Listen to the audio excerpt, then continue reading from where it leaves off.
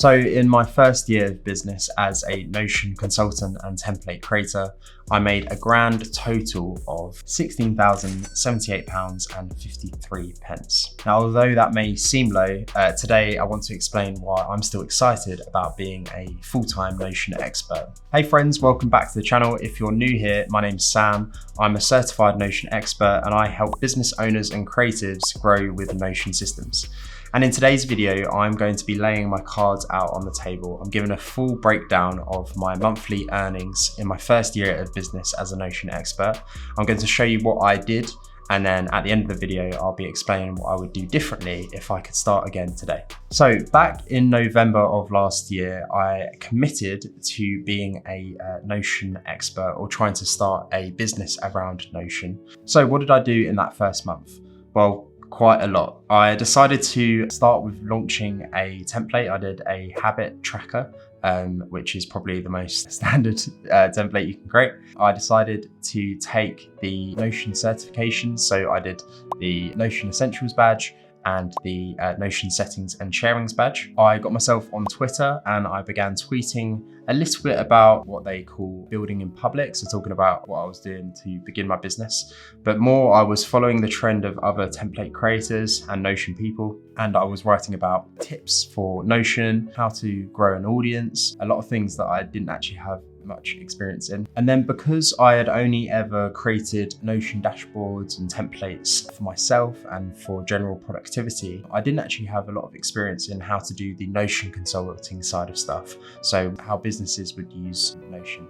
So what I decided to do, and a tip I took from Ali Abdul, which is to start for free and without permission. So I reached out to a friend of mine who had her own business. I sat down with her and talked through what she was currently doing in terms of her processes and how she was working. And then I went away and created a sort of dummy version of a Notion workspace that she could potentially use. I did this pretty quickly within about 3 days. She didn't actually have any real requirements because she wasn't actually looking for a Notion workspace and only did it for one person who was a friend. After that, I still felt unsure about exactly what Notion consultants were doing for businesses. So probably the best ROI choice I made was to download a business template online and sort of look under the hood how it was created. That template was Remote OS by Daniel Canosa here on YouTube. So if you're interested in checking that out, definitely do, I recommend it. And then I set up, and this is probably what took the most amount of time, both an Upwork profile and a Fiverr profile. And I spent a lot of time researching, first of all, how to open the accounts, because on Upwork, for example, there are some tricks and hacks that you need to do, but also how to optimize your profile, how to get higher up in the SEO rankings, and most importantly, how to land that first client. So on November 26th, 2022, I landed my first contract on Upwork, and it was for a completely unrelated Notion topic. It was a simple English voice testing thing, but I did it basically just to get at least one contract there up on my Upwork profile to give a little bit of social proofing that I was sort of a real person doing real projects. So by the end of November 2022, I made a grand total of £0. In December, I was a bit more active on Upwork and I was submitting proposals. I should have been doing it every day, but I was probably doing it once or twice a week. And then about halfway through the month, I landed my first actual Notion related contract on Upwork. So supposedly he had seen my profile and was impressed with it because I had spent so long sort of optimizing it. And he also had been looking over at my Twitter and he liked some of the things I had been saying on Twitter. And so we agreed on a 2-week trial period where I was about $30 an hour. And I probably spent about 5 hours a week on the project. And what I did in that time was basically learn his business. So we sat down on a couple different calls so he could explain what his business does. He was actually in the fintech industry, so it was quite a complicated project to start on. And then I went ahead and sort of created a staging workspace or a staging site workspace for him. So I created the whole workspace and then I presented it to him at the end of this trial period. And because he liked it, we then went on and started our contract. So our contract was a really good contract for a first-time client, and basically it was $25 an hour, and it was with a 20-hour week limit. So that's what you can do on Upwork. You don't define the number of hours, but you just give a weekly limit. And then basically I was there working on the project for about 3 to 4 hours a day. And I was working on innovating that workspace. And then also I was jumping on calls with different team members and trying to create dashboards for their purposes and their processes. So at the end of December 2022, I made a grand total of £0. So in January, I was continuing work on this Upwork contract. I picked up a few spare contracts on Upwork as well for these, what I'd call single dashboards. So things like OKR dashboards or project pages. And then also I landed my first client on Fiverr.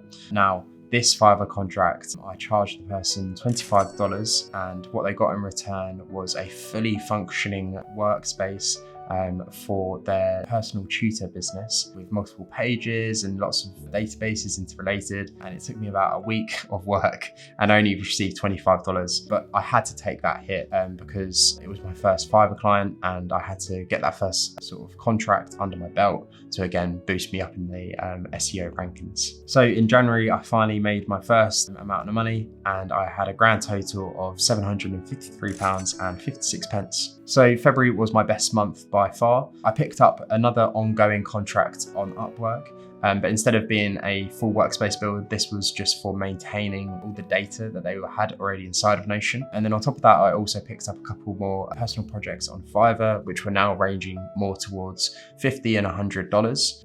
And by the end of February, I made a grand total of £1,850.58. So in March, I had my first experience of a client going idle. So that contract, that first contract that I had that I was working on for about 3 to 4 hours each day, the guy who hired me stopped replying to my messages. And then so because of that, I didn't feel it was fair to continue charging him. So I wasn't doing any work on the project. And so that was the first time I experienced someone sort of going radio silent on me. However, I did pick up a second business full workspace build, and I feel by this time my confidence was growing in what I was doing, but I was definitely still on somewhat of a learning curve. I had my first Gumroad sale, which was for $1 for that habit tracker that I made way back in November. And I think because of this, I decided to start doing some more template work. So I launched my first writing template.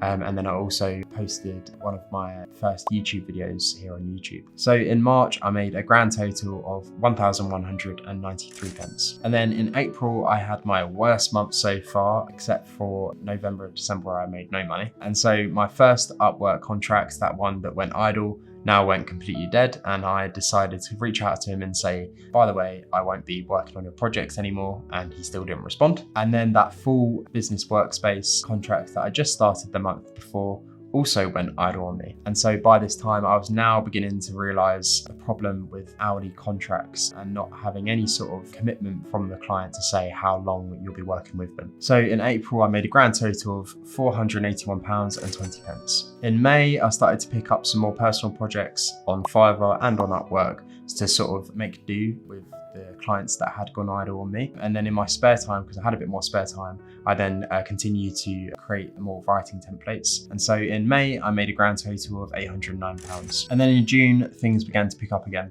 So that second client for the full workspace build that had gone idle then returned and was active. I then landed my third or fourth full workspace build for a business. And by this time, I really felt like I had mastered what I was doing and I knew what businesses needed and how I could serve them. And then later in the month, I landed my biggest contract to date for a company of over 70 employees. So at this point, I had been servicing companies or teams with employees of up to about 10 people. So this was a big leap in the sort of scope that I was doing. And I adventured on to another massive learning curve. This client had an existing Notion workspace that was actively being used by a lot of people in the team. And also I was having to learn how to create updates and then implement them updates without disrupting the people who are already using active databases and dashboards in Notion. In June, I also earned $12 on Gumroad, so my best to date.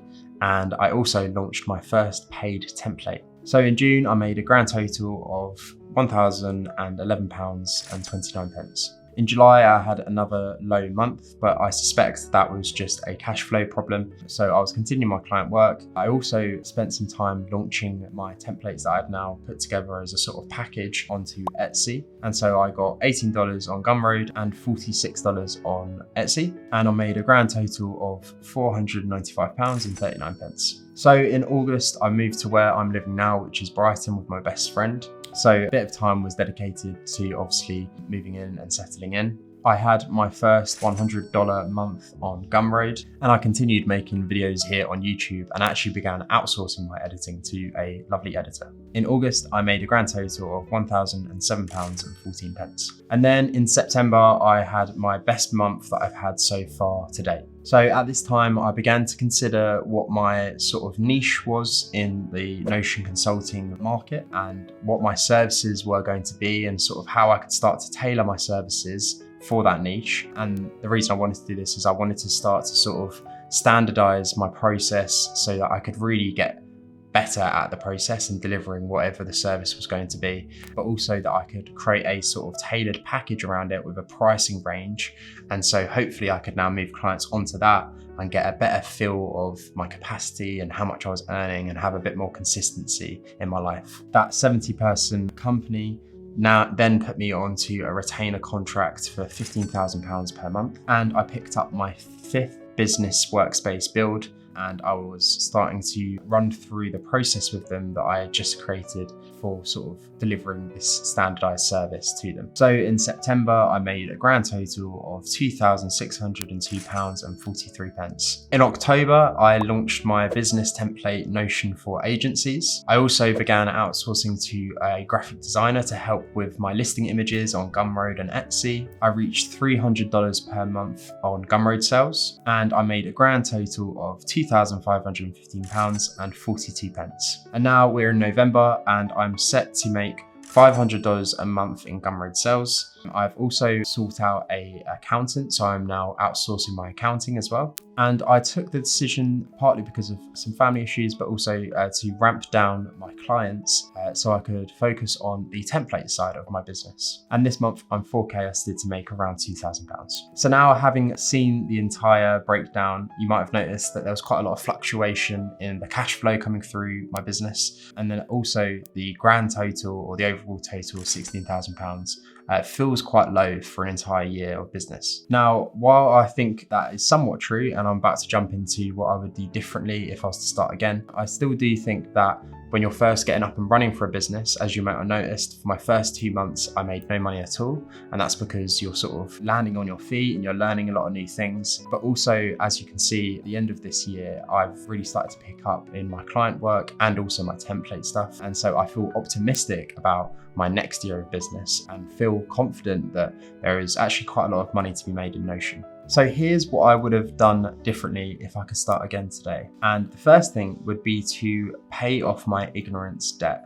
And what I mean by that is, for as soon as possible, to work out what I was doing in terms of my Notion consulting and how I was servicing my clients. Because I think I spent probably more time than I should not knowing what it is I was sort of providing for my clients. And if I had gone away and, for example, done some research on operations and business systems and org charts in that first month, in that November of 2022, I would have been a lot better off going forward. Now, I also would have decided to do multiple free clients at the start. So obviously I did do one for a friend of mine, but instead what I would have done is gone online and gone to local businesses and sought out someone who was actually first of all looking for a Notion workspace. And then I would have done that for multiple people, because I think that early stage of doing it for free is a great opportunity to learn what you're doing and actually talk to real world clients. Now, I say spend some time on learning what you need to do before you actually do it with a pinch of salt. Just because I am victim to someone who will spend a lot of time learning how to do something before actually just going ahead and doing it. And at the end of the day, the best way to actually learn something is by doing it.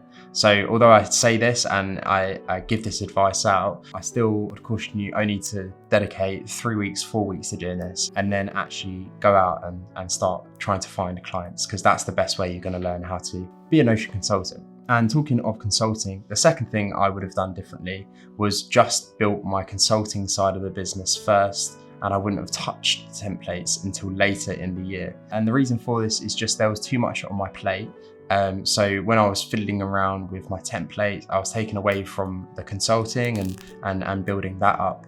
But also, as I started to create templates later in the year, I was using what I had learned from building things for clients in those templates. And so you learn a lot about how people are actually using templates, and why some things might be too overcomplicated, and how you need to pare some things down by working with clients. And you can use that to then make your templates that you do create even better. And then in the same vein of focusing on one thing at a time, I would have taken that advice for everything I did when I was starting my business. So I would have just had more focus and picked one thing to sort of grow at once. So for example, I should have just done one consulting platform. So you would have seen I did both Upwork and Fiverr. But if I just focus on building up my Upwork, optimizing my profile for Upwork, then I would have had more time to send proposals each day, which was the important thing to do, and to make my portfolio material, my cover letters really good. But instead, I spread myself across the Fiverr and had to learn about Fiverr and how to optimize for that as well,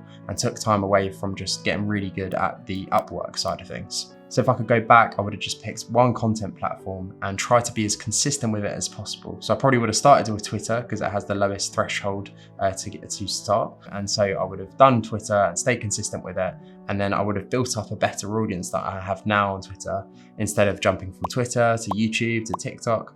And just pick one content platform. For my templates, pick one marketplace. So I did Gumroad and Etsy. And Etsy, you have to do a lot of work up front for the actual listings because they have to look really, really nice. But if I just stayed on Gumroad and not taken time away from that, I probably could have made more templates, done more for email marketing and things like that.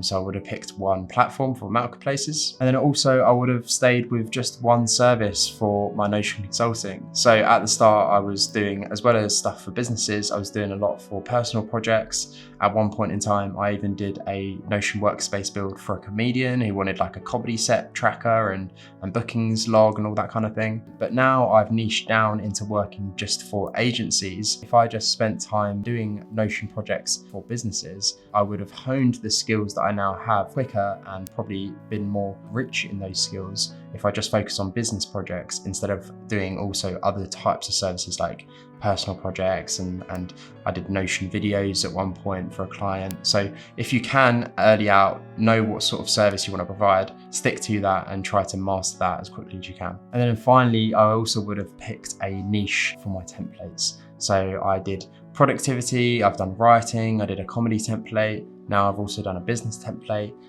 But if I just picked one niche, then as well as just creating a range of those products and making those templates absolutely outstanding, I also could have spent my energy once I had finished creating them, just marketing them and doing content for them. But now I have a range of different products and I find it confusing what I should be focusing on in terms of my content creation, all that kind of thing.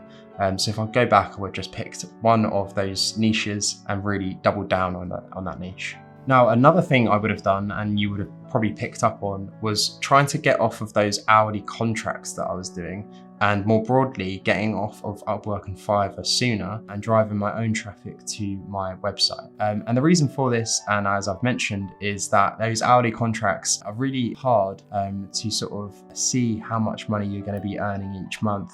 And also it has the risk of clients just sort of picking and choosing when they want to work with you and having no commitment to continue work at any time. So if I could go back, I would have, using my Twitter, tried to start driving leads through my Twitter and then onto my website. And so from there, I could have started marketing them those package services that I've honed over time. And then I would be on these sort of retainer contracts where I would know, for example, like I do now, that I'm going to be earning at least £15,000 each month because I have that client signed up for a monthly subscription. And finally, if I could go back, I would have started outsourcing as soon as possible. So for example, the first 4 YouTube videos I made here on this channel, I was editing myself.